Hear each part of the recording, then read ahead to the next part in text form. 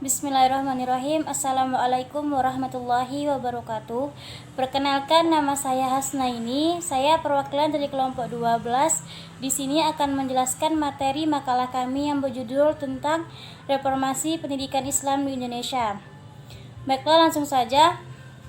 Reformasi pendidikan Islam di Indonesia pada tahun 1998 merupakan titik awal munculnya reformasi pendidikan di Indonesia.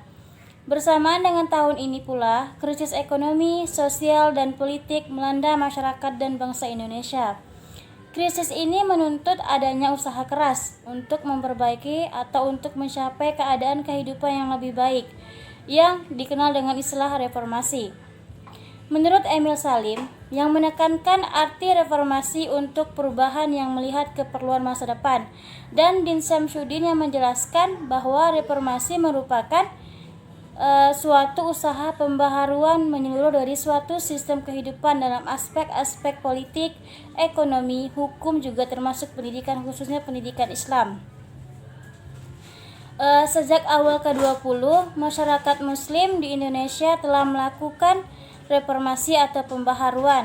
Reformasi ini dirintis oleh tokoh pelopor pembaharuan pendidikan Islam Minangkabau seperti Syekh Abdullah Ahmad Zainuddin, Labal Al-Yunus, dan lain-lain.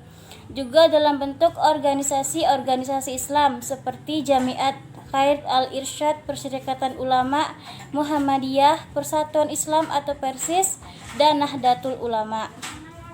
Akan tetapi, perubahan ini memiliki motivasi yang betul-betul pragmatis, yaitu bagaimana mengimbangi pendidikan umum yang berkembang pesat yang semata-mata diorientasikan pada pemenuhan kebutuhan kolonialisme.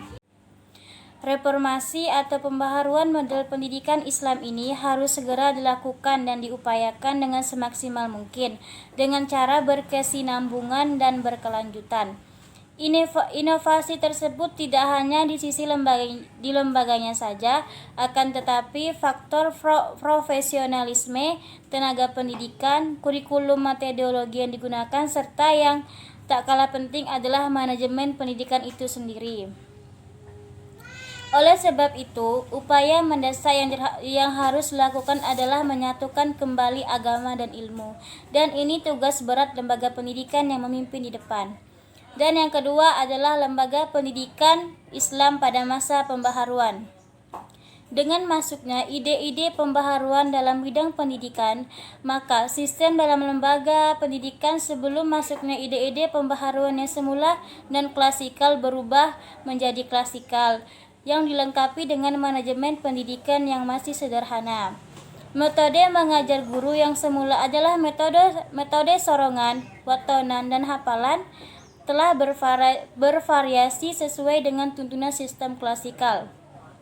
Materi pelajaran yang semula adalah materi agama yang bertumpu pada kitab-kitab klasik mulai dimasuki mata pelajaran non-keagamaan. Secara kelembagaan, terutama dalam konteks Indonesia, pembicaraan mengenai pendidikan Islam sebenarnya lebih diwarnai oleh dua model pendidikan, yakni pendidikan dalam bentuk pesantren dan pendidikan dalam bentuk madrasah. Pondok pesantren, dalam istilah pesantren secara etimologi diartikan tempat santri. Jadi pondok pesantren bisa diartikan yakni lembaga keagamaan yang memberikan pendidikan dan pengajaran serta mengembangkan dan menyebarkan ilmu agama Islam. Para pengamat dan peneliti sering memberikan simpulan, santri dengan pesantrennya mempunyai kultur dan tradisi yang khusus dan unik. Dan yang kedua, madrasah. Madrasah dalam bahasa Indonesia lebih dikenal dengan sebutan sekolah. Madrasah sebagai nama dari sebuah lembaga pendidikan Islam baru populer setelah abad ke-20. Madrasah adalah sekolah umum yang bersyarikat Islam. Nah, dari pengertian ini dapat disimpulkan bahwa dari segi materi, kurikulum madrasah mengajarkan pengetahuan ilmu yang sama dengan sekolah-sekolah umum. Hanya saja yang membedakannya, Madrasah dengan lembaga pendidikan umum adalah banyaknya pengetahuan agama yang diberikan secara ciri khas Islam atau sebagai lembaga pendidikan yang berada di bawah naungan Departemen Agama. Masuknya ide-ide pembaharuan pemikiran pendidikan Islam di Indonesia menginspirasi para pembaharu untuk mengadopsi nama madrasah sebagai nama sebuah lembaga pendidikan Islam. Salah seorang pelajar Indonesia yang sedang belajar di Mekah adalah Haji Abdullah Ahmad. Beliau lahir di Padang pada tahun 1878. Ia tertarik dengan penjabaran pemikiran pembaharuan melalui publikasi dengan jalan menjadi agen dari berbagai majalah pembaruan. Ia tertarik mendirikan pendidikan yang sistematis, sebab tidak semua anak-anak dari Padang Panjang dapat masuk sekolah-sekolah pemerintah. Hal ini kemudian mendorongnya membuka sekolah adabiyah dengan bantuan para pedagang pada tahun 1909. Jadi, dapat disimpulkan bahwa semangat dan ide pembaharuan pendidikan Islam yang muncul adalah suatu upaya untuk memperbarui sistem, metode, dan materi.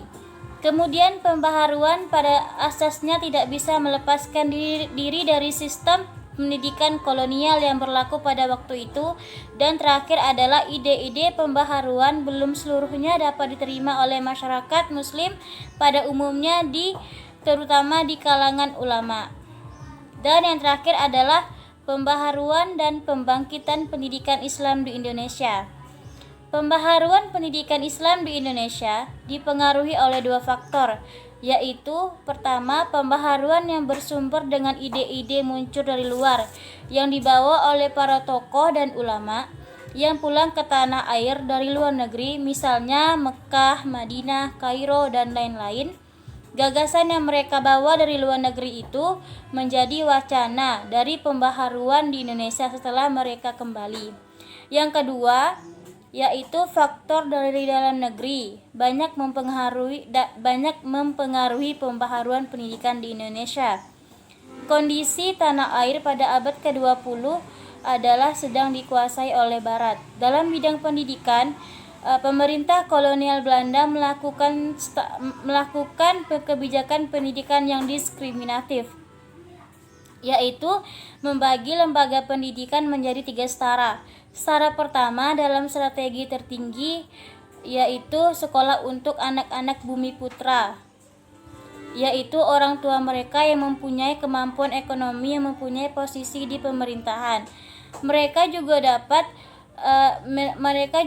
disebut kelompok elit di masyarakat Indonesia. Setara terendah adalah anak-anak bumi putra, yaitu kelompok orang-orang yang hanya boleh menempuh pendidikan sekolah dasar 3 tahun atau sekolah kedua 5 tahun.